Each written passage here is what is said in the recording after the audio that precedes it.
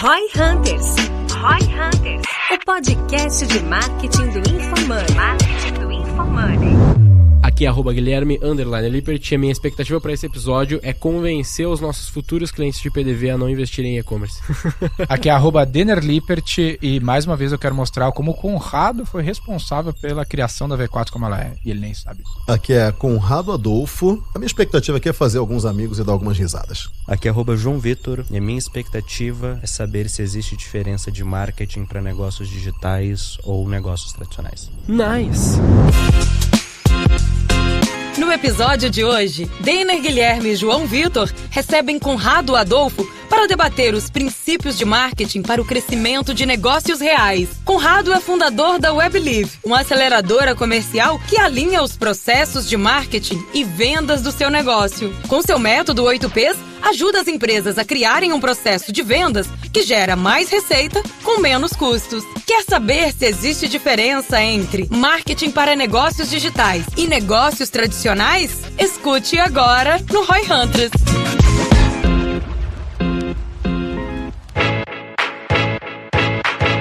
De economia real, né?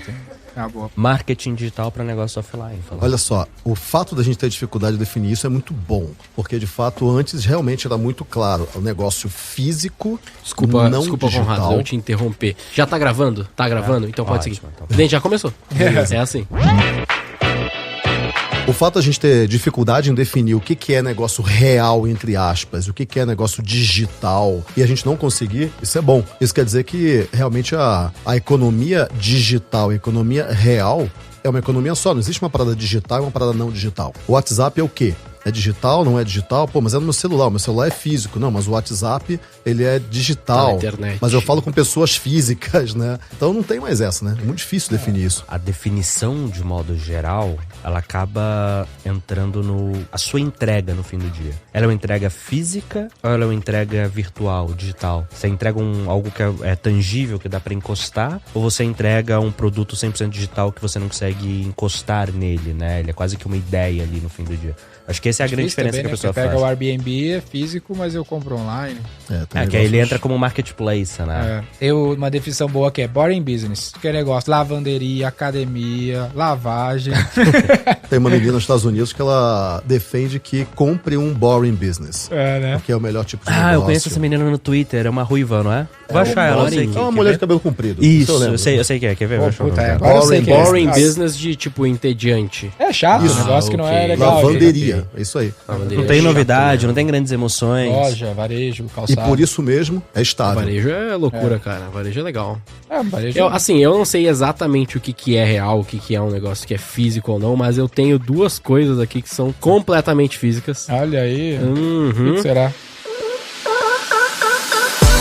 Que são, como de praxe aqui, só pra gente começar de verdade. Mas não tem nada de boring nisso. Não tem nada de boring, mas tem tudo de físico. São as camisetas aqui dos nossos queridos patrocinadores da Minimal Club. Sabia dessa, Conrado? Até patrocinador. Essa aí tu não sabia, né? Mas até hoje ele não tá na tela. Ele não tá na tela ainda, porque o pessoal que vai editar isso aqui depois, eles vão colocar pra gente na tela. Se a galera podia sentir o cheiro, aí seria incrível. Nossa, o cheiro é o diferencial. Nice. Além de ter o patrocinador, a gente tem presente pro convidado. Opa, aqui, é presente. Gente. Massa, obrigado. Depois eu abro. Da cor que eu sei que tu gosta, cara. Ambas, uma preta, na verdade, e outra é branca. Na verdade, é a cor da galera que trabalha com negócio, marketing, etc. É isso aí. Preto e branco. É isso aí. Na prática, Minimal Club são camisetas que, como talvez aí o pessoal já tenha sabido, pelo menos a galera que tá nos ouvindo, são camisetas que elas não desbotam, não encolhem, elas são muito maravilhosas e perfeitas para aquele cara que paga a mensalidade, vai receber camiseta na tua casa. Essa camiseta aqui é de um cara que tem uma barbinha assim que fica... Não tem cheiro. Essa aí. É isso aí, né? Mesmo. Ele já viu o anúncio, então. Na verdade, eu... Cientista das camisetas. Eu vi o anúncio, gravei o anúncio e mostrei pros meus clientes. Pra falar, isso aqui é um anúncio de call to action claro, explica benefício, bem redondinho assim.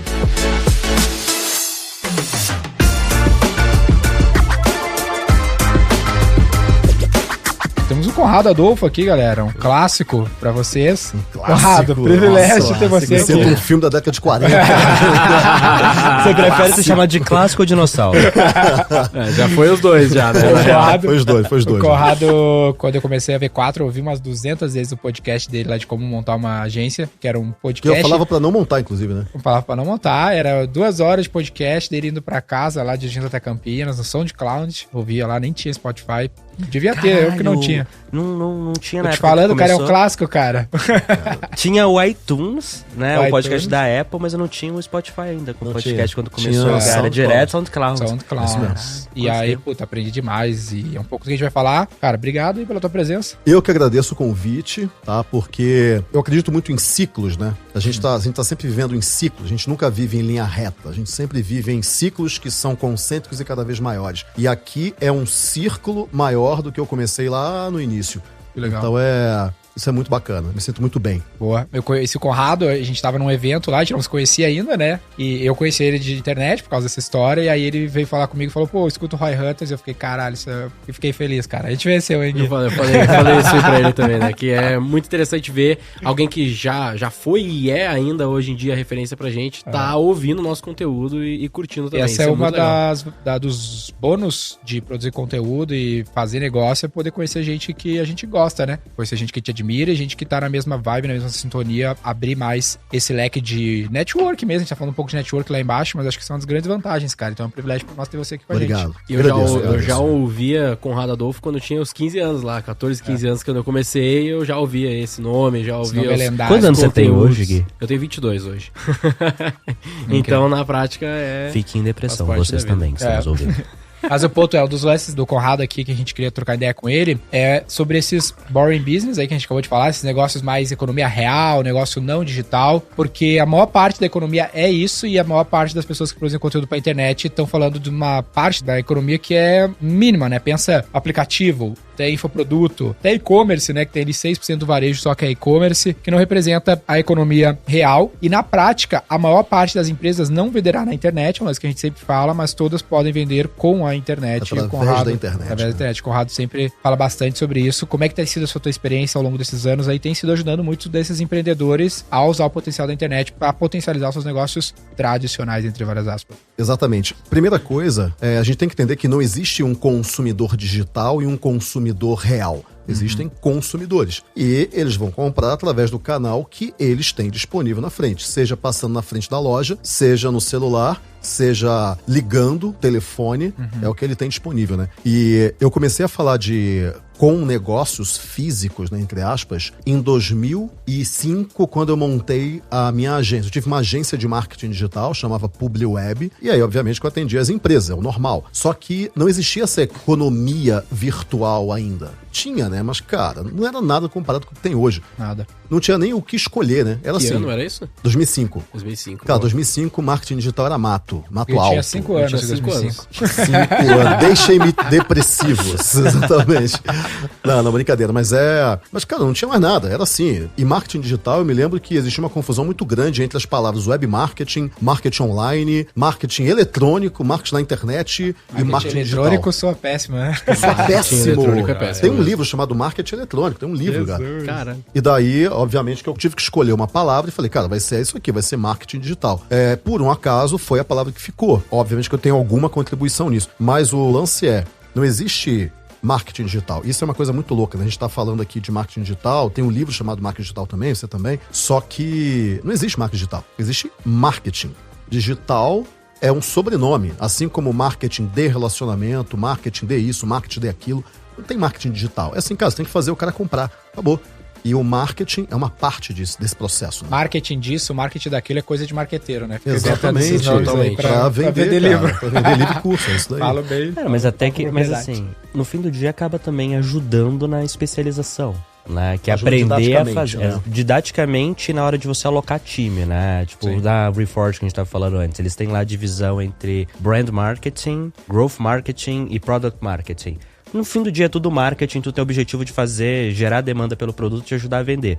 Mas na hora que você pensa num time, numa estrutura grande, essa separação, putz, estuda mais isso aqui, foca mais em gerar resultado por meio disso aqui. Só que aí você vem lá e vê, tipo, o seu João, dono da lojinha multimarcas da cidade de 100 mil habitantes. Ele precisa disso? Pra ele precisa saber a separação, cada vertical, né? Ou ele, não, é marketing, você vai usar a internet pra fazer isso aí, já tá bom. Como é que é a sua visão sobre? É isso mesmo. Eu vejo muito que o nosso modelo de aprendizado é baseado em dividir para vencer, né? Princípio napoleônico. Então a gente estuda matemática com geometria plana, geometria analítica, trigonometria, um monte de coisas que no final é tudo matemática.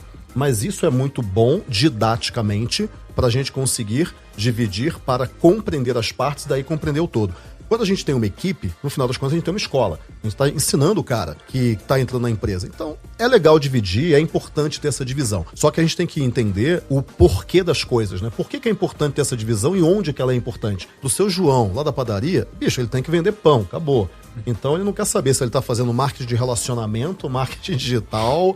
Ele quer saber o seguinte, fechou a conta no final do dia, daí a pessoa que vai fazer esse trabalho para ele até pode ter as caixinhas na própria mente, mas tem que saber que no final das contas não adianta explicar tecnicamente para o seu João que aqui foi marketing digital, aqui foi branded, aqui foi growth. Não, vendeu mais no final do dia e eu fiz um monte de coisas para isso acontecer. Para que a gente não acabe caindo naquela síndrome do especialista, né? De achar que sabe muito, mas no final o resultado tá no caixa do cara, não tá no teu livro que você leu, né? E tem uma confusão sempre também que a gente fala aqui correntemente, que é o lance da publicidade versus o marketing, né? Uma coisa é fazer propaganda, outra coisa é fazer marketing. Marketing é um conceito maior. Eu abri uma loja, tô vendendo pão nela, tô fazendo marketing. Agora eu posso não estar fazendo publicidade, posso não estar comprando anúncios, posso não estar fazendo panfleto, revista, outdoor. Tá? Mas qualquer empresa que existe já tá fazendo marketing porque tem um produto, tem um negócio, pesquisou, fez e aconteceu, né? E marketing é estratégia, né? E aí a gente entra numa outra seara que é definir a palavra estratégia como um conjunto de escolhas. Então, no final das contas, quando a gente vende para, vamos chamar aí didaticamente de negócios reais, né? Negócio da economia real, boring business, a gente está falando de um tipo de negócio que não tem os conceitos necessários para entender o que de fato é estratégia, o que é marketing digital e qual é a diferença para marketing de resposta direta, por exemplo. Ele quer saber se vai vender ou não. Agora, é lógico que a pessoa que vai executar isso pro seu João lá da padaria, ela tem que saber. Porque ela tem que saber dividir nas caixinhas e saber de onde veio cada resultado. Porque se o cientista do marketing, né? Se ele tá fazendo... um Roy Hunter, né? Se ele tá fazendo uma campanha de brand, como a gente tava falando aqui, de comprar a própria marca da padaria, ou se ele tá fazendo uma campanha de oportunidade no Instagram, ele tem que saber de onde veio cada um desses dinheiros, para saber onde que ele vai colocar mais dinheiro. Eu fiz engenharia aeronáutica, para mim o mundo é uma grande planilha de Excel. Ou seja, a gente tem que dividir para entender de onde veio cada resultado, para daí a gente fazer a otimização contínua. Mas no final das contas, o nível de conhecimento do seu João e o nível de conhecimento do cara que está trabalhando para ele tem que ser diferente, mas no final eles têm que falar a mesma linguagem, que é fez venda ou não fez. Eu sinto que no fim das contas, esse tipo de negócio, eles têm uma carência muito grande de qualquer coisa, na realidade, de qualquer nível de marketing, porque sempre que a gente pega, sei lá, vai pegar uma padaria, que é o exemplo que a gente tá dando aqui, ou uma academia, no fim das contas a gente vai lá, coloca uma campanha de Facebook, uma coisa simples, e esse cara já começa a ter muito resultado. E também eu vejo muitas vezes o varejista, e aí eu acredito que mas esse tem um problema, nível... peraí, deixa eu interromper. Tem um problema aí que é o seguinte, ele já começa a ter muito resultado que algumas vezes ele não atribui àquela campanha. Isso também acontece, isso é fato. Ele tem resultado, mas ele olha Sim. e fala o seguinte, não, mas esse resultado aqui foi do anúncio que eu fiz, foi porque eu fui num evento, foi no panfleto. Para quem não faz nada, qualquer coisa dá resultado. Sim. Mas para quem não tem o nível de conhecimento necessário para descobrir que aquilo ali foi o que deu resultado, ele acaba colocando aquele resultado na conta de outra coisa. Exato, não consegue fazer essa atribuição. Mas desculpa correta, por te interromper. Não, capaz, tranquilo. Faz sentido, porque no fim das contas também cabe muito ao marqueteiro, nesse caso, explicar isso pro dono, pro cliente, pro que for ali, pro stakeholder dele, vamos dizer esses assim. negócios, normalmente, pelo menos lá no G4 Growth, a gente vê quase todo mundo chega e fala, não, minha venda é indicação. É indicação e fluxo de pessoas passando na frente da loja, né? Sempre é isso. Né? Teve uma aluna nessa edição agora, que ela falou 74% das vendas delas são pessoas passando na frente da loja no shopping. Aí você fala, pô, mas por que a pessoa que passou na frente entra? Uma parte é porque viu lá e falou, legal, preciso comprar isso aqui. Mas será que não tem uma parte que foi as campanhas, as divulgações, isso que você fez, que fez a pessoa ir no shopping pra entrar? Como é que você mensura isso? E aí ela não tava conseguindo mensurar. Isso é complicado, né? Essa interação entre o... Porque quando você é 100% digital, que nem uma mínima, o cara, ele vê a campanha, ele clica, vai no site, compra, você consegue saber tudo. Mas e quando o cara tá... o cara offline lá. O problema a campanha é pra gerar tráfego na loja. Como é que você mensura isso? É que cupom de bônus. Mas aí seria tudo que é marketing direto. O problema é a jornada de tomar decisão, né? Então, pô, se ele olhar o cupom do Roy Hunters, quantas pessoas compraram através do cupom, beleza. Mas quantas pessoas estão ouvindo o Roy Hunters, episódios que a minha irmã tá com a gente, quando vê o anúncio que o Conrado narrou aqui, ele vai clicar e comprar, mas ele não vai saber que esse cara... Mas quando chegar a hora de comprar camiseta, eles vão lembrar da Minimal, entrar lá no site e comprar. Não vai ter essa atribuição direta, porque às vezes o pessoal esquece que tem o cupom ROI20 na Minimal. ROI20. ROI20. ROI20.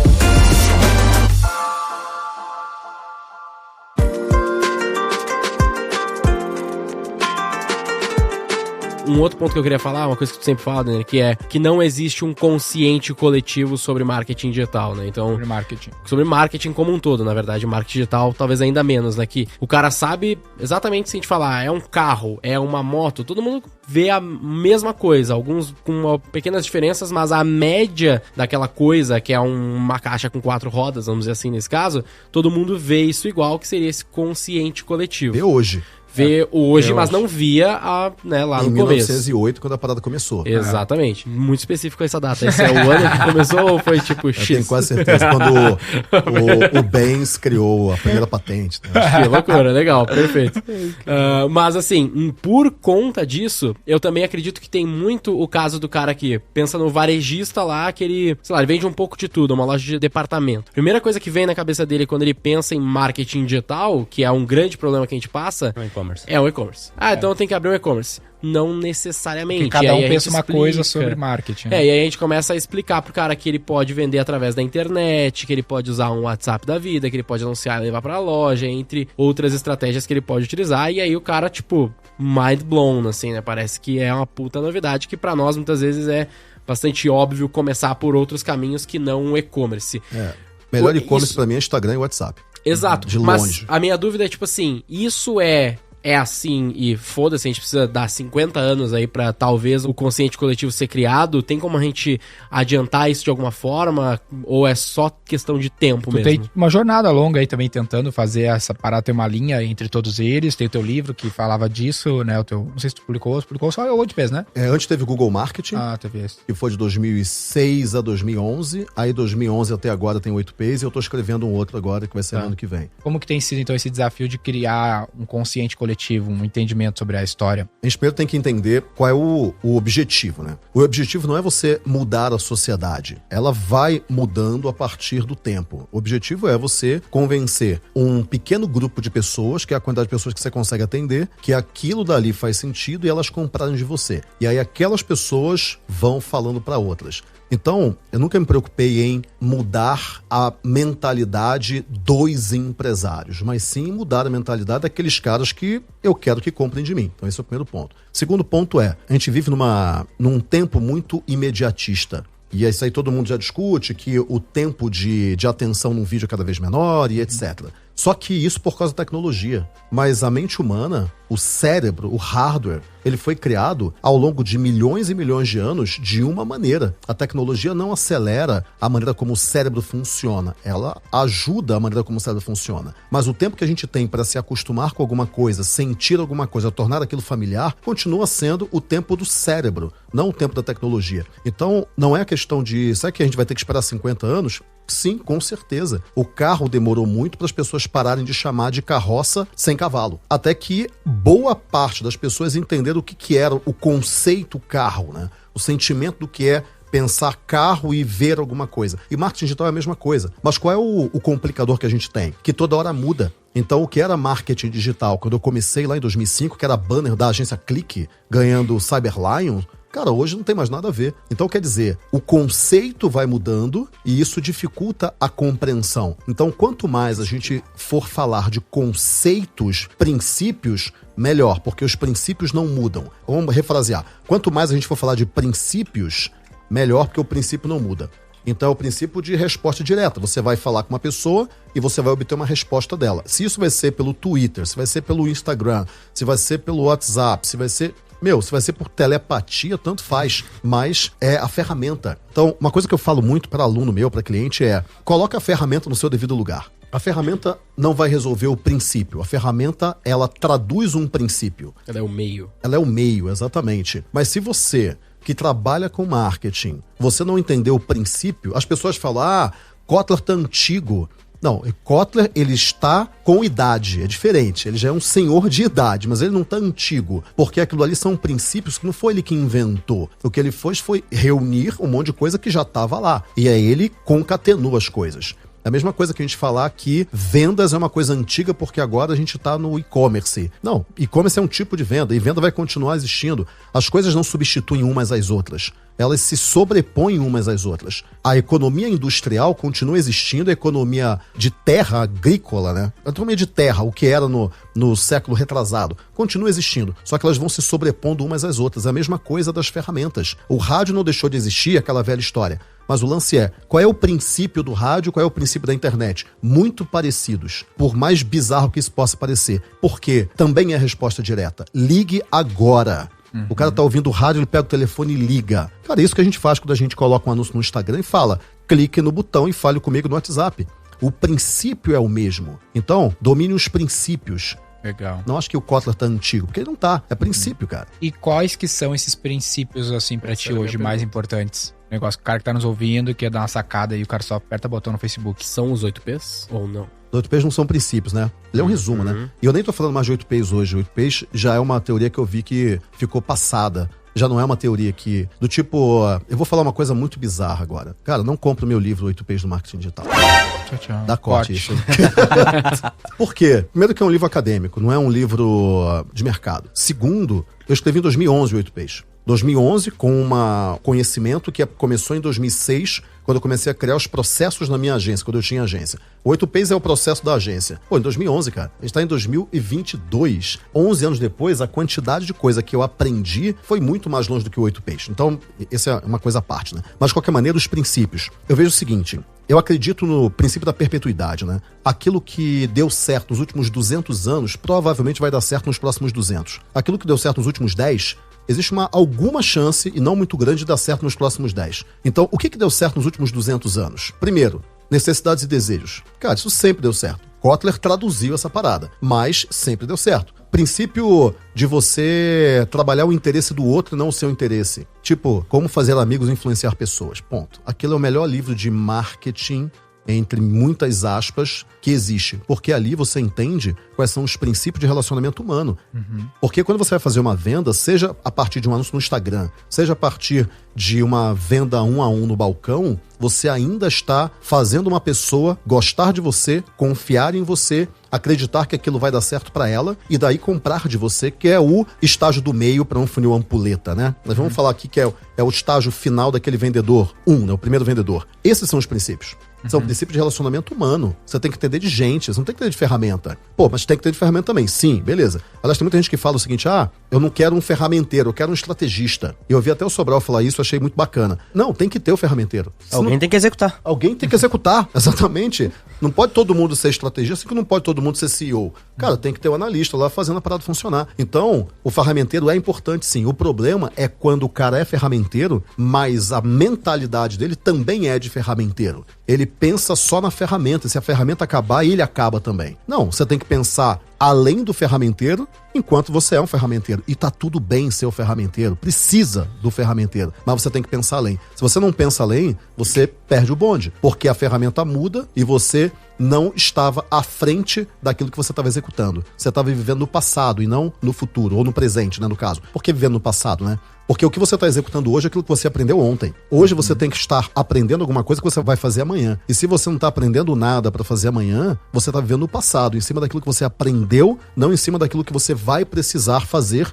e que você tem que estar aprendendo agora. O ferramenteiro puro, ele fica só executando aquilo que ele já aprendeu, não pensando na próxima onda, né? O que a gente tentou fazer no livro lá, Cientista do Marketing, foi a intenção de chegar nos princípios fundamentais mesmo. Porque a gente acredita que o processo passa por 4 pilares lá, né? Que é tráfego, engajamento, conversão e retenção. Desde quando o mundo é mundo, só muda o meio. Então, se eu vou montar um negócio, eu tenho que ter fluxo, essas pessoas têm que gostar, as pessoas têm que comprar, as pessoas têm que voltar, senão o negócio não para de pé, não fica rentável. A Aí tudo meio que permeia. Eu brinco que são 4 cantos de um campo, que esse é o jogo. O jogo é tráfego, geralmente conversão e retenção. E até um que é muito negligenciado, às vezes, ali é o lance da retenção. Porque às vezes o cara fica pensando só em como trazer o cliente, o primeiro cliente, até a conversão, e não como fazer esse cliente voltar. Às vezes, por exemplo, uma empresa que eu gosto muito, me baseio muito, é a Accenture, que no Brasil tem 90 clientes e 12 mil funcionários. Ela não vende para novos clientes, ela só vende para os mesmos clientes. Ela só foca em criar novos projetos, novos serviços para aquele grupo de 100 clientes que ela tem no país. E algo que até certo momento para mim era meio inconcebível. Para mim era sempre um novo cliente, sempre um novo cliente. Aí pensando nisso, eu até falei com a galera lá, a gente tem 3.500 clientes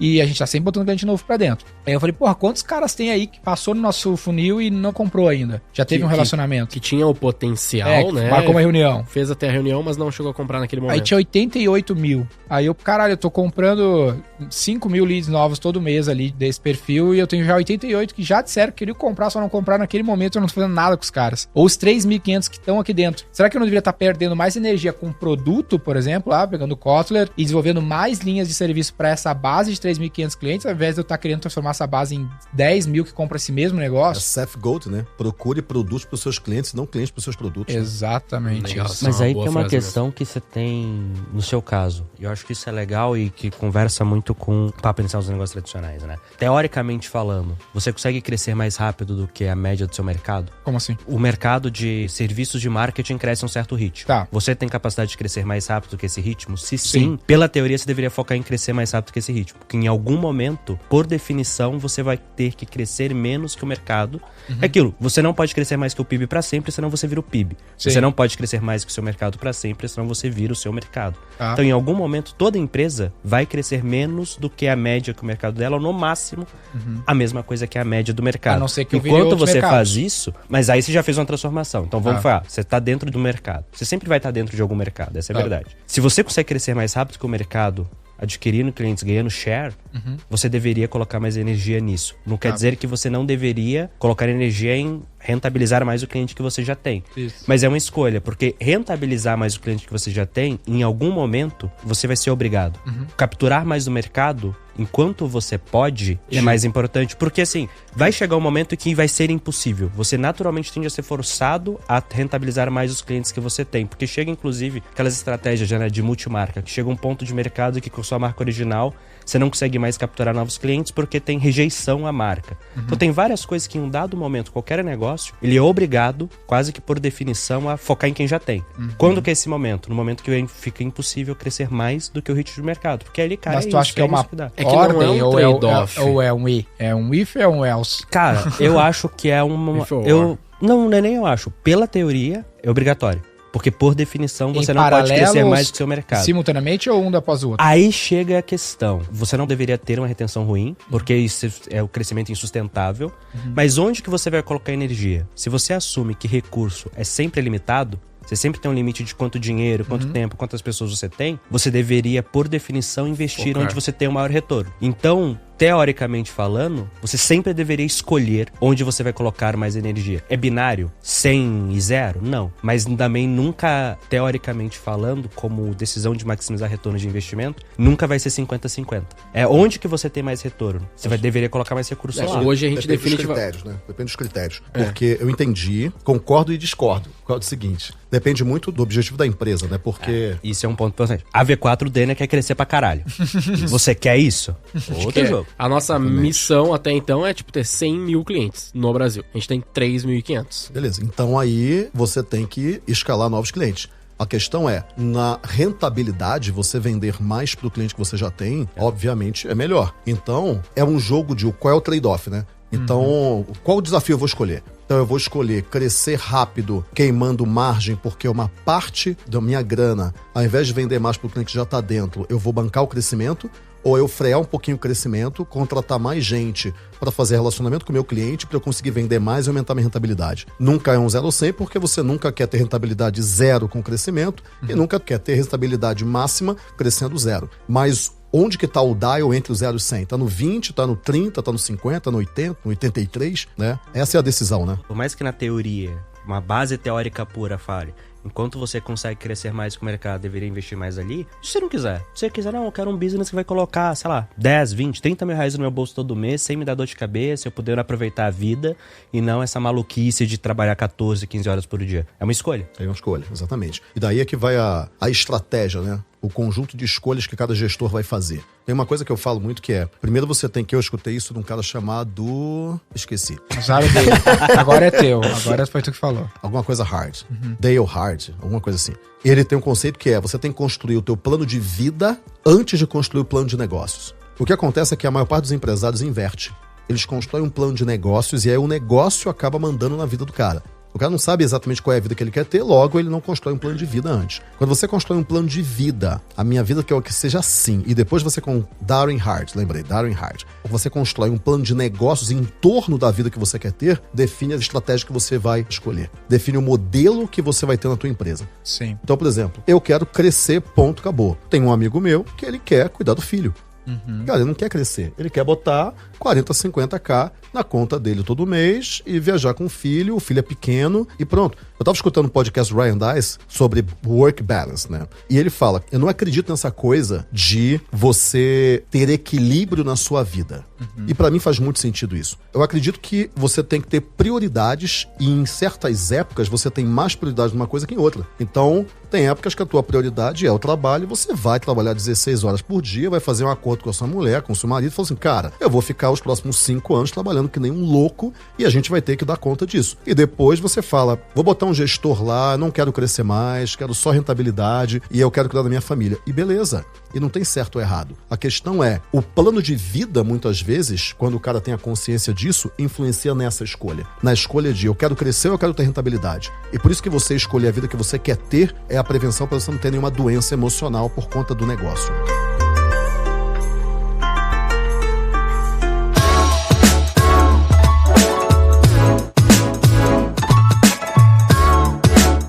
Incomoda um pouco desse lance do lifestyle business. Eu vou fazer um negócio para ganhar 50 mil por mês. Me parece que é mais arriscado do que eu fazer um negócio para ele funcionar independente de mim. Mas que o modelo que mais perpetua e tem maior probabilidade de dar certo, veio à minha cabeça rápido, é um negócio feito para ser um negócio, não para ser eu me empregando. Então, são duas coisas diferentes. Às vezes você não precisa que ele dê certo para sempre. Às vezes 50 pau por mês no seu bolso, você fala, não, vou aguentar isso 10 anos, vou economizar 30 pau todo mês, viver com 20, no final do dia você pode matar o negócio. Né? Mas daí não é um negócio, né? Não.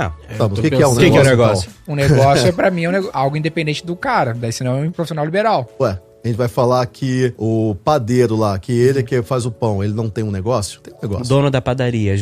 Cara, dono de padaria. Vamos lá, uma padaria. O cara vai lá, ele contrata o padeiro, contrata a faxineira, contrata a atendente. Geralmente esse cara não tira os 50 pau no mês. Não é um negócio na padaria, então. É que é difícil achar a palavra. Mas eu acho que é um lifestyle business. Eu acredito que lifestyle não. business. É que eu acho, não assim, é um eu acho business. que o que o Denner quer dizer ali é que, tipo assim, esse negócio do padeiro é incomparável com a Salesforce. Não, que é isso um negócio que, tipo assim, Por quê? sem, não necessita dos donos e, cara, é um ecossistema Daí gigantesco. foi muito longe também. A da Salesforce é muito grande.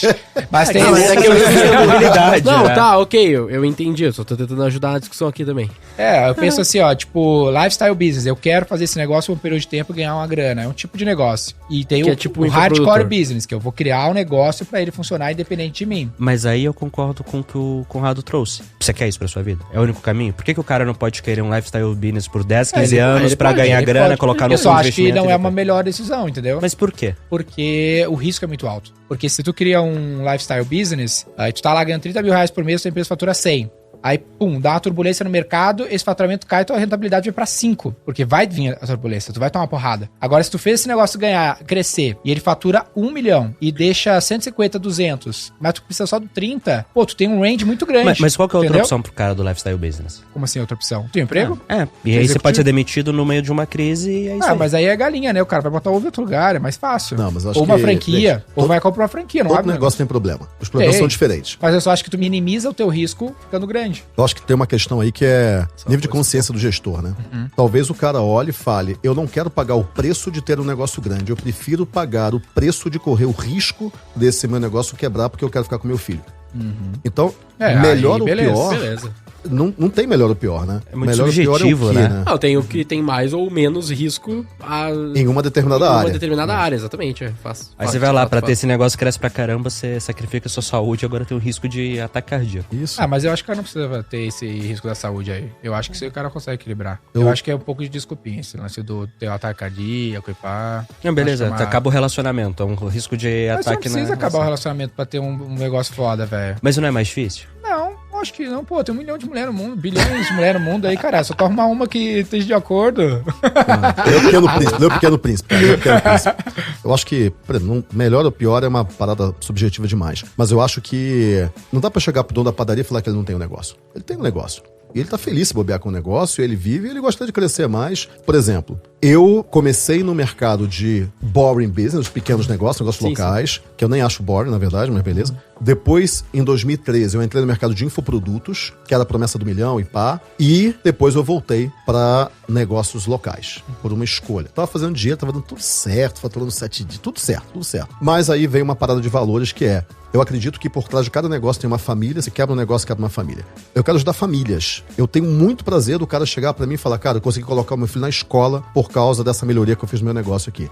E eu vou ganhar dinheiro do mesmo jeito. Só que eu posso ganhar dinheiro com o cara falando isso pra mim, eu posso ganhar dinheiro com o cara falando: peguei a grana, comprei uma BM e agora passei, sei lá, 1 ano na Nova Zelândia. Porra, esse cara não aumentou, ele não moveu a economia. Ele concentrou mais ainda o dinheiro, porque ele pegou a grana e colocou de uma empresa que já é grande. Ele não movimentou a economia contratando gente da localidade para daí fazer a movimentação ali da comunidade dele. Mas beleza, esse é outro ponto.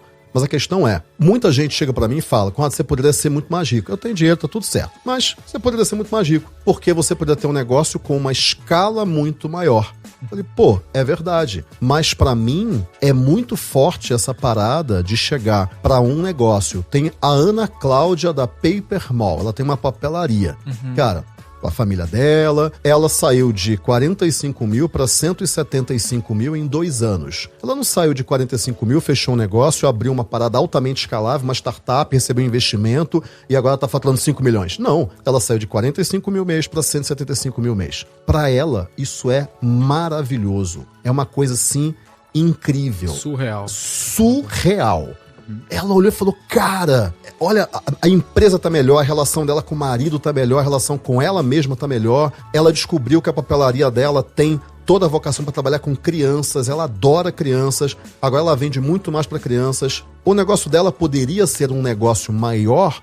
Talvez pudesse, através de escolhas que a gente, com a nossa verdade, poderia fazer por ela, mas não as escolhas dela. Então, é por isso que eu sou muito crítico a quando alguém chega e fala: isso é melhor. Eu sempre, na minha cabeça, eu sempre me pergunto: melhor pra quem exatamente? Talvez não seja melhor pra ela. No final das contas, né, o que a pessoa quer? Ela não quer uma parada enorme. Cara, ela quer estar bem com o marido dela. A gente ia perguntar como é que a gente vai pegar essa daí e fazer 60 lojas aí nos próximos 6 meses. Ela não quer.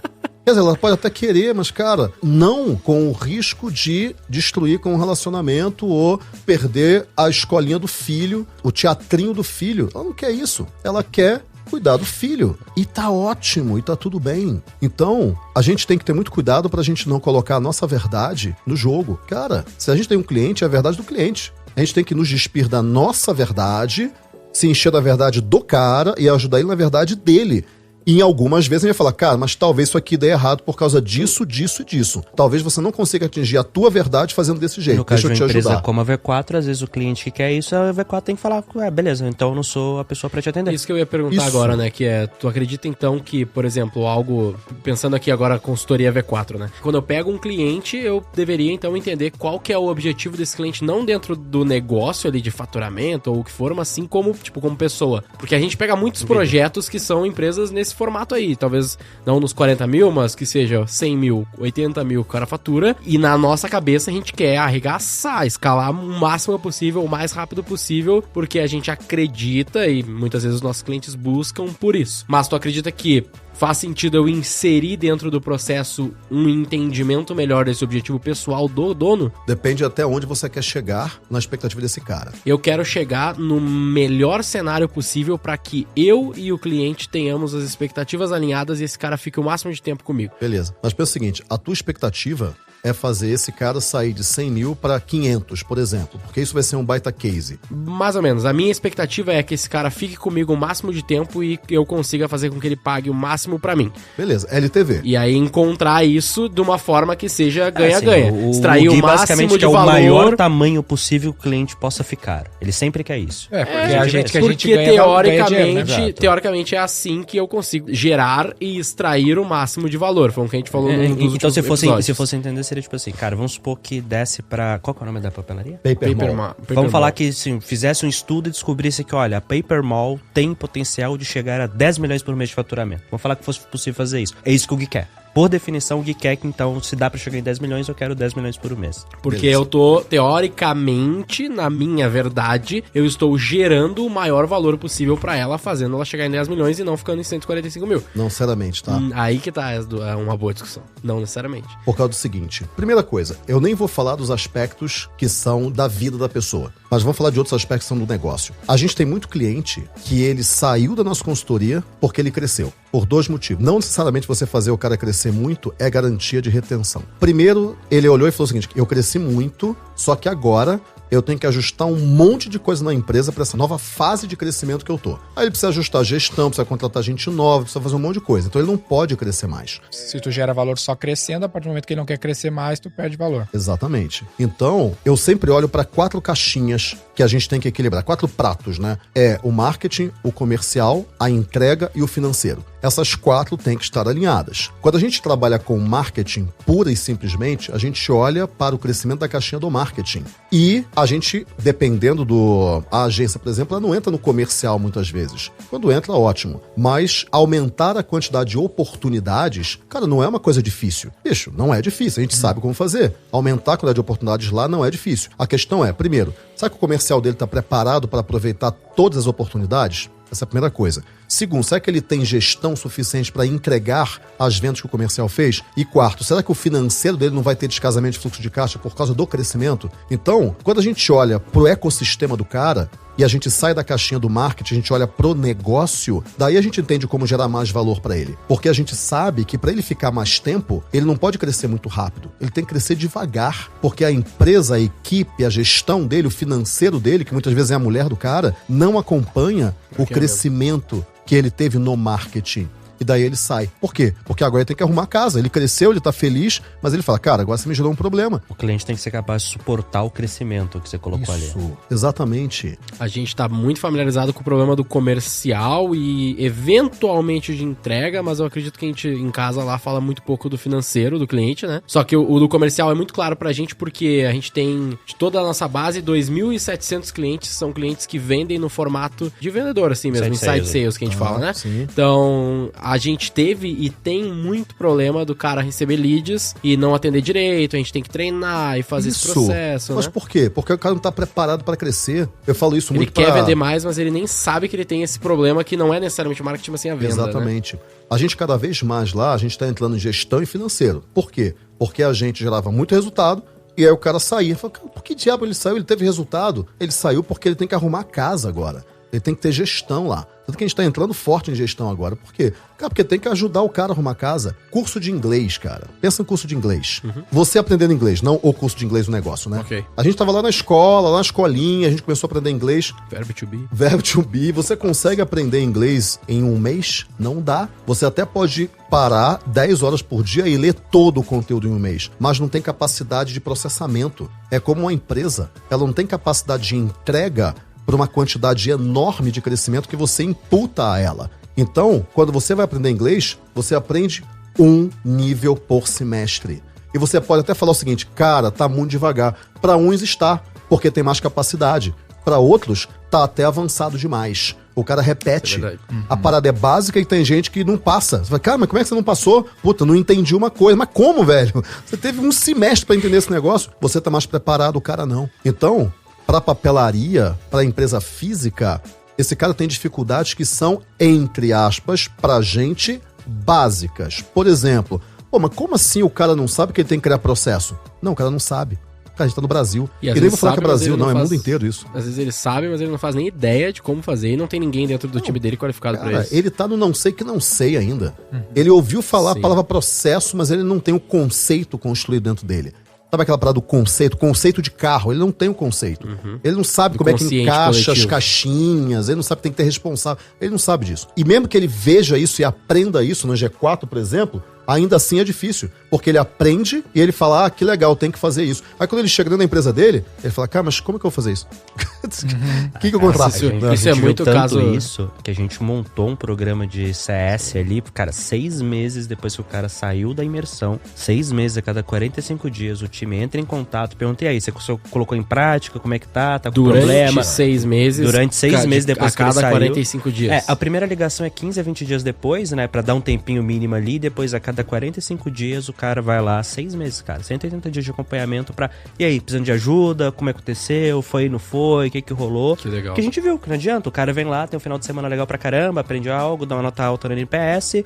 E a empresa cresceu? Não. E nosso objetivo no fim do dia é fazer a empresa crescer. Por isso que eu falei, depende do objetivo, do alimento da expectativa entre o fornecedor, porque criar um case de sucesso não é só o cara ter mais lead, é o cara aumentar o lucro e o faturamento dele e a receita dele, a grana que entra no caixa dele no final de um ano. Um ano, não é um mês, é um ano no mínimo. Nossa consultoria é de 6 meses, exatamente. É o prazo em que eu penso o seguinte, nada relevante e sustentável de uma empresa acontece em menos de 6 meses. Não dá. Tem que mudar processo, tem que mudar cultura, mandar a gente embora, contratar gente nova, erra, contrata de novo. 6 meses no mínimo. E aí depois o cara vai renovando a cada 6 meses. Porque senão, quando eu tava no mercado de infoprodutos, em 2013, 2015, eu tive cursinho pré-vestibular. Pô, eu fui professor de química, cara. Eu dava aula de matemática e química. Eu gosto de ensinar. Então o cara saía, por exemplo, ele comprava lá um infoproduto que ensinava a lançar um produto digital, ou a fazer produto digital, né? Ele aprendia, só que ele não conseguia executar. Porque o problema não está no aprendizado, o problema está na execução. As pessoas são inteligentes, elas entendem. Se eu falo, Ivo viu a uva, o cara fala, Ivo viu a uva. Pô, mas quem é o Ivo? Cadê a uva? Ele viu como? A parada, o problema está na execução, não no aprendizado. A gente como professor... Quando a gente ensina, porque quando a gente vende, a gente ensina. É muito fácil a gente alimentar o nosso próprio ego de falar, eu ensinei. Primeiro ponto. Segundo, o cara aprendeu. Segundo ponto. Terceiro ponto, ele conseguiu executar na hora de fazer o exercício, ele acertou o exercício. É aí que a gente quer chegar. O cara tem que acertar o exercício. Eu dei aula em cursinho. Eu ensinava, o cara tinha que aprender e no final do ano ele tinha que passar sozinho numa prova de vestibular. Eu não tava lá pra ajudar ele. E isso do cara aprendeu, ainda tem uma questão que a gente passa muito quando tá ensinando alguma coisa, que é uma coisa é o cara entendeu sua explicação. Outra coisa é a pessoa entender o conceito que você quis passar e foi capaz. Em negócio, tipo, dá numa aula. Você pega algum exemplo de, sei lá, como calcula o LTV.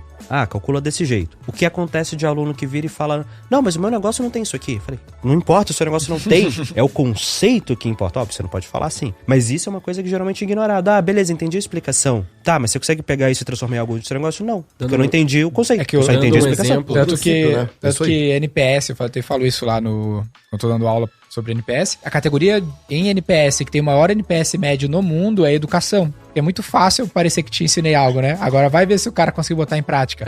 Qual que é o pior do mundo? Softwares Enterprise, Health. E, pô, não é docinho, né? Não é fácil. Educação, vou lá, faço um show-off, faz NPS de professor de cursinho. Aquele que é mais legal vai ter uma hora NPS, mas foi ele que aprovou mais gente lá no final. E eu peguei isso na prática, porque eu fiz não completei, mas fiz engenharia de software, né, na faculdade. E aí, cálculo 1, tranquilo, aquela coisa de boa ali, fazer umas continhas e tal. E eu tinha um professor que ele era professor de cursinho. Cara muito foda. E tipo assim, era 2 horas de aula que tu entende tudo, cara. Perfeitamente, assim. Caralho, beleza, o 2 vai ali, tem o X, tem o Y, não sei o que, pá. Funciona desse jeito. Super legal. Se tu pegar a porra da mesma conta que ele fez no quadro e agora fala assim, Gui, vai lá e faz. Se fodeu, velho. Você não sabe mais fazer. Porque, tipo assim, você entendeu tudo. Você sempre entende tudo. Sempre parece que é fácil. Até tu ter que fazer. E mesma coisa programação. A mesma coisa lógica de programação. É tudo super fácil de entender. Até tu ter que executar. Por isso que a gente tem muito esse caso, assim, da gente, sei lá, uma growth class, né? Que é um processo que a gente tem dentro da V4, que a gente ensina pro cliente como que é trabalhar com a V4, como que é o processo ao longo do tempo. E aí é super comum dos franqueados virem falar pra gente, porra, a gente falou falou o bagulho e o cliente dá 2 meses depois, ele volta aqui, ele tá errando na mesma merda que a gente falou na reunião. Sim, porque ele ouviu, às vezes, quando vê o vídeo, né? Quando vê o vídeo, ele diz que entendeu. Dá 2 meses depois, quando realmente acontece aquilo que você falou na primeira vez que você realmente conectou com o cliente, ele não liga os pontos ali, né? Então é um complexo, cara. É por isso que vai demorar 50 anos, entendeu? Exatamente. É por isso. E aí muda essa porra toda a cada 6 meses e é impossível de criar um consciente coletivo.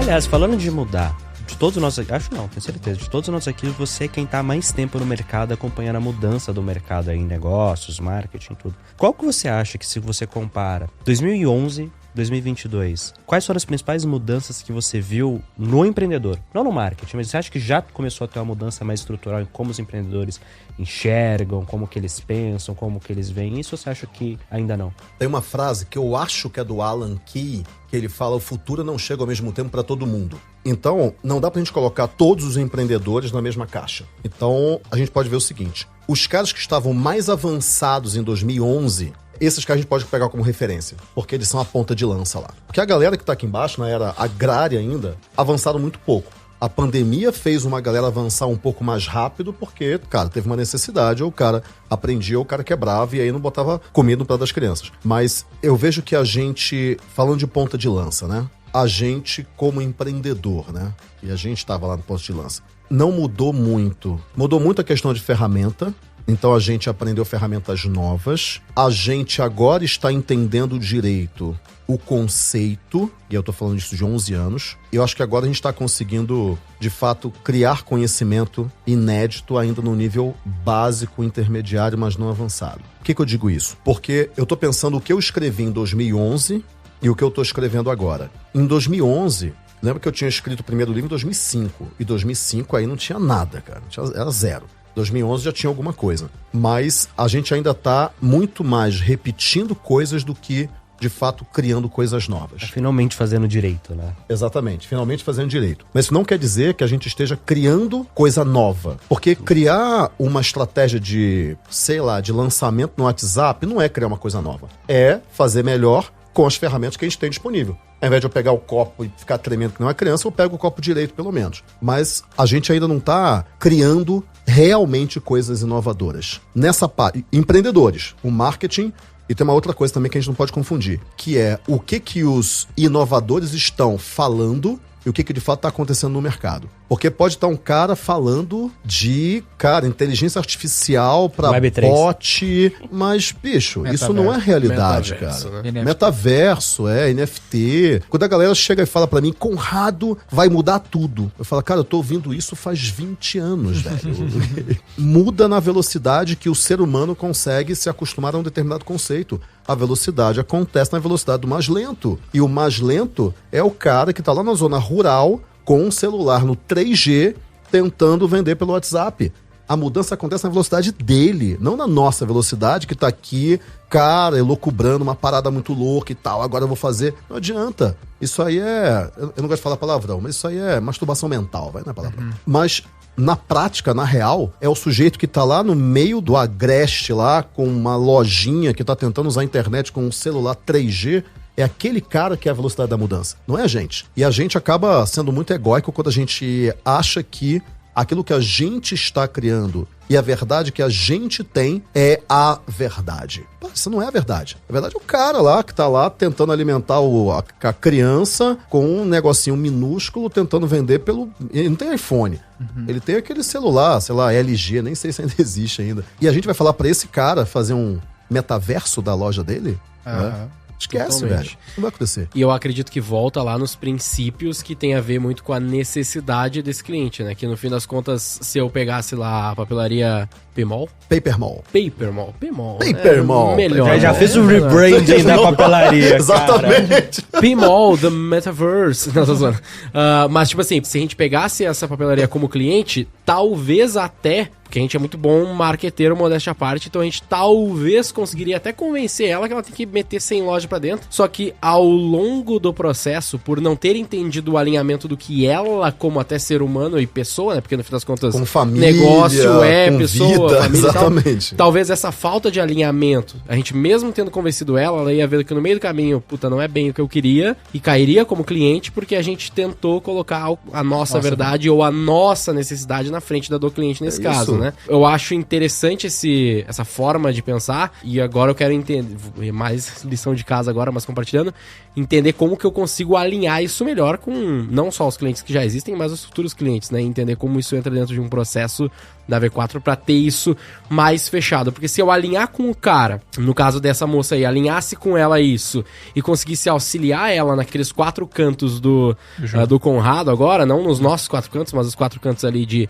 financeiro, marketing, comercial e entrega, pô, alinhar isso e ajudar ela nisso ao longo do tempo pra fazer ela triplicar de faturamento, mas não fazer 100 lojas, será que ela não ficaria 24 meses comigo como cliente? Que foi o período que ela levou esse sucesso, entendeu? É o curso de inglês, cara. São 8 anos, bicho. Às vezes 5, às vezes 12. Exato. Mas é o curso de inglês. Você vai aprendendo e vai fixando, e vai consolidando, e vai treinando, e vai aprendendo, e vai consolidando. É esse progresso que traz satisfação e é a satisfação que gera retenção. Não é o pico. Não é aquela parada, pô, o cara vai lá em cima, aí quando ele volta pra realidade ele fala, putz, alguns, não vou generalizar, mas são alguns treinamentos comportamentais. O cara vai, a menina vai no treinamento, ela separa do marido, ela tá numa puta crise. Aí ela vai no treinamento pra ela se encontrar. Aí ela sai do treinamento, o que ela faz? Corta o cabelo curtinho e agora ela olha no espelho e fala, agora eu mudei. Não, ela não mudou, ela cortou o cabelo, é diferente. Na semana seguinte ela vai continuar com a mesma dor. Não tô generalizando, mas tem alguns treinamentos comportamentais um pouco nessa linha. Não teve uma mudança significativa, não teve uma mudança real.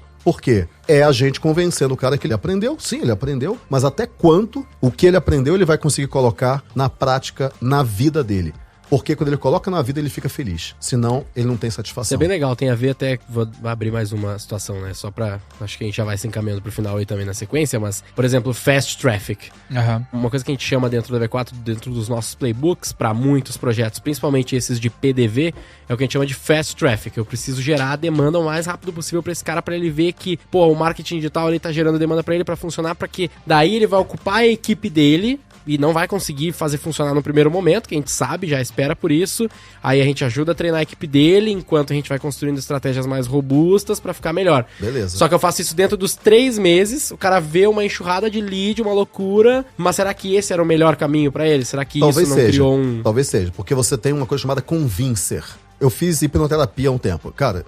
Eu passei por várias coisas comportamentais, várias. Hipnoterapia, coach, PNL, etc. E em hipnose, na hipnoterapia, a gente tem uma coisa chamada convincer, que é fazer o cara colar a mão na mesa. Ele não consegue descolar a mão da mesa. Isso é um convincer, não serve pra nada isso. Mas o cara, pô, esse negócio dá certo. Se eu consigo colar a mão na mesa e acreditar que realmente a mão tá colada... Então a hipnoterapia funciona. E aí, o que mais eu consigo? Beleza. Então, você gerar um caminhão de leads e gerar um problema pro cara a curto prazo... Só pra ele entender... É um convincer. Legal. Daí ele fala, pô, peraí, tem mais coisa aí que eu tenho que arrumar. Aí sim, ele entende que ele tem um monte de coisas pra arrumar e daí ele fica mais tempo crescendo devagar pra ser sustentável. Legal, bem interessante. O quanto que deixar o cliente crescer devagar ou assumir que tem que ser devagar também não é o erro. Pra ele, né? Não, mas aí que tá. O que ele consegue fazer, né? Então, mas aí que tá. Que eu acho que é a grande questão. Ou devagar pra gente, no caso. Tem um case muito legal no G4. Tem um aluno, não vou falar o nome dele, que ele sempre fala muito bem da gente. É o João, muito mesmo. E assim, ele fala tão bem, mas tão bem, que você fala, cara, não é possível. Não, tipo, eu não acredito que é tão bom assim. Aí vamos começar com o cara. Perguntou, pô, por que você colocou em prática? O cara falou, muito pouco. Mas vocês me fizeram ver que eu podia ir muito mais rápido. E eu fui atrás de como ir muito mais rápido. Ele tem um contexto muito específico de tipo de negócio ali, que era difícil a gente, no nosso contexto, levar diretamente. Tanto que ele foi para um outro programa que é mais focado em coisas específicas que a gente tem lá, mas enfim. Ele colocou em prática relativamente pouco do que ele aprendeu na imersão que ele foi, segundo palavras dele. Mas ele viu que ele podia ir muito mais rápido. Então na hora que eu chego e converso com a dona da Paper Mall, e vejo que ela quer crescer um pouquinho, o quanto que também não é parte do meu papel, ou eu deveria mostrar pra ela, dá pra crescer mais. Onde que é? mostrar uma nova realidade possível pra ela e onde quer forçar a minha verdade pra ela. Porque às vezes ela nem sabe que dá pra ir mais. Beleza. Eu acho que não tem resposta pra isso, mas até onde é uma coisa e a partir de onde começa a outra. Mas eu vejo que mostrar a possibilidade é importante, é o convincer. Só que muitas vezes o dono de um pequeno negócio, ele não tem nem os números dele, ele não tem indicador zero, assim, ele não tem. Ele nem sabe o quanto ele quer crescer. Ele nem sabe o quanto ele pode crescer. Ele simplesmente vai crescendo. E daí, o nosso papel como os professores, né, os líderes daquele processo, é entender até onde ele realmente pode crescer sem prejudicar o outro lado dele. Que é, por exemplo, ter um descasamento de fluxo de caixa. É, por exemplo, a equipe dele não comporta, começa a ficar ali de parado. Cara, a gente tem que ficar olhando. Porque a gente está responsável por aquele processo ali. Ou pelo menos dois, né? Não só o. Só que é importante mostrar pro cara que ele pode crescer muito sim, e aí ele assumir a responsabilidade de falar o seguinte: eu quero abrir 100 lojas. Como é que a gente faz? Vai ter um preço. Beleza, eu tô a fim de pagar o preço. Só que alguns chegam e falam: eu preciso aumentar o meu faturamento em 50 mil. Eu tô faturando 100, preciso faturar 150 para eu fechar essa conta aqui. O cara até pode querer ter 100 lojas, mas, cara, para ele ter 100 lojas, tem que passar por arrumar a loja dele. Tem muito empresário lá que chega pra mim e fala: eu quero abrir franquia. Eu falo: você tem certeza? Será mesmo? Vamos conversar. Senta aqui. Senta aqui. Será que você tem capacidade para gerir uma rede de franqueados? Será que você tem capacidade para realmente fazer esse cara ganhar dinheiro? Porque se você entrega uma franquia para um cara e esse cara pega o FGTS dele, que ele ia pagar a faculdade da filha, e ele bota na tua mão, confiando em você, e aí esse cara não cresce, você vai arranjar um inimigo pessoal, é diferente. Não é mais um cara que não cresceu, é um inimigo pessoal. Será mesmo que você quer? Você tem gestão pra isso? Então a gente é o cara que sabe mais do que ele, num nível de consciência maior. É o advisory, né? É o advisory. Teve uma aluna no G4 esse fim de semana que ela veio pra mim dizendo que o dono da empresa, que ela é marqueteira lá, o cara tem uma loja que fatura 15 mil reais por mês. E algum maluco falou que queria comprar uma franquia, o cara tá empolgadão em vender uma franquia pro cara. Eu falei: cara, desiste de ter loja, tu não consegue nem fazer a tua dar certo. Mas o cara acha: não, agora vai, né? Vamos lá, é foda, precisa desse... Às vezes o que é óbvio pra nós não é óbvio pro cara, né? Mesmo quase tudo dando aparentemente muito fácil de entender, né? That's it, Gui? I think so. Conrado, só pra galera já saber também, onde... E a gente falou que a gente ia falar coisa técnica, Pois né? a gente mudou todo mundo, vai ter que mudar o a nome gente do mudou negócio. completamente. Você vê como é que a gente vai vai em pauta. Ajudamos pra caramba ali, obviamente, né? com Aprendeu certeza. várias estratégias. Mas só pra galera saber onde o pessoal pode te encontrar, qual que é a principal questão que o pessoal tem que buscar sobre Conrado Adolfo hoje. Cara, bota no Google Conrado Adolfo e... Caralho. Entra no Instagram, sei lá, cara. O cara me acha.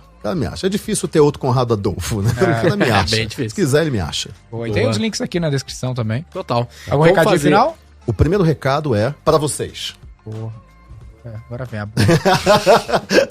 Vocês são péssimos de pauta. Estuda aí sobre pauta, por favor. Não, é o seguinte.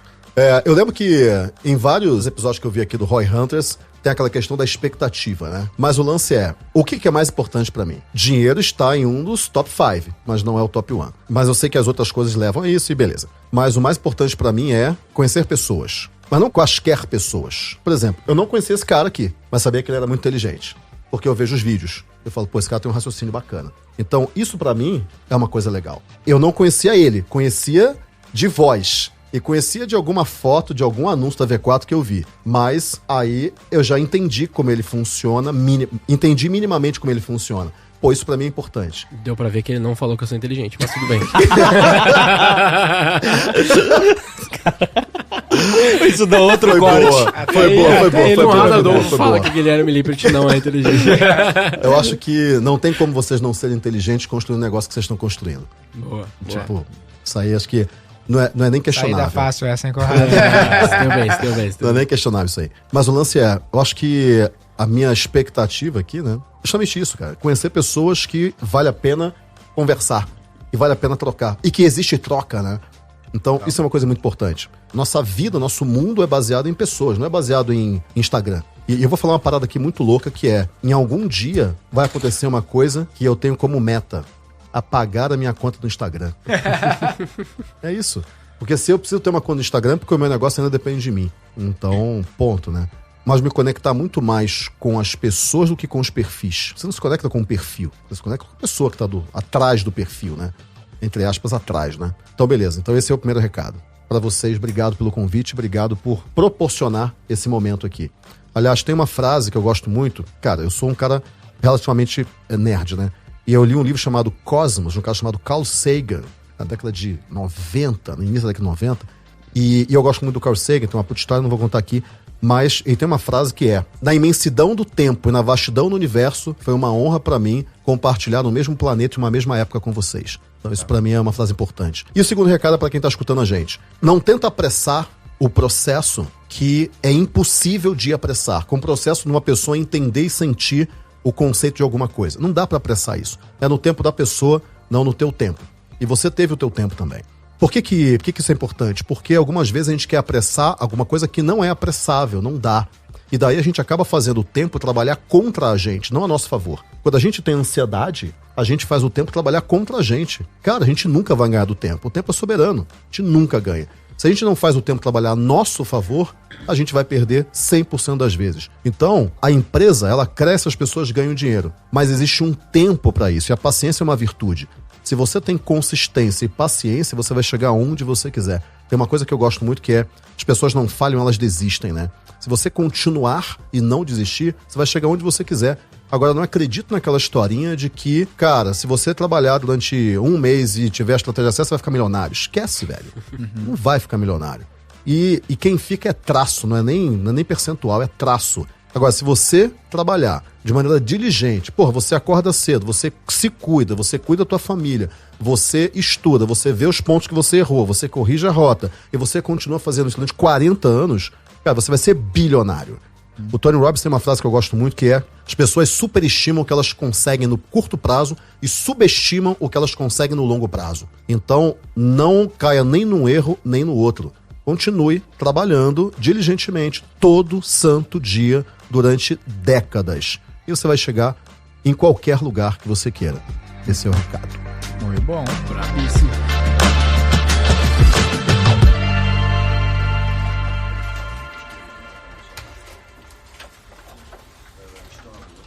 Vamos fazer o título do episódio? O que sugere? Mudou tudo, né? Agora Mudou, o título não tem que ser era outro. a gente começou falando sobre o assunto dos negócios reais, mas mudou depois para Princípios para o crescimento de negócios reais. Eu acho que eu nem teria mais os negócios reais na frase, cara.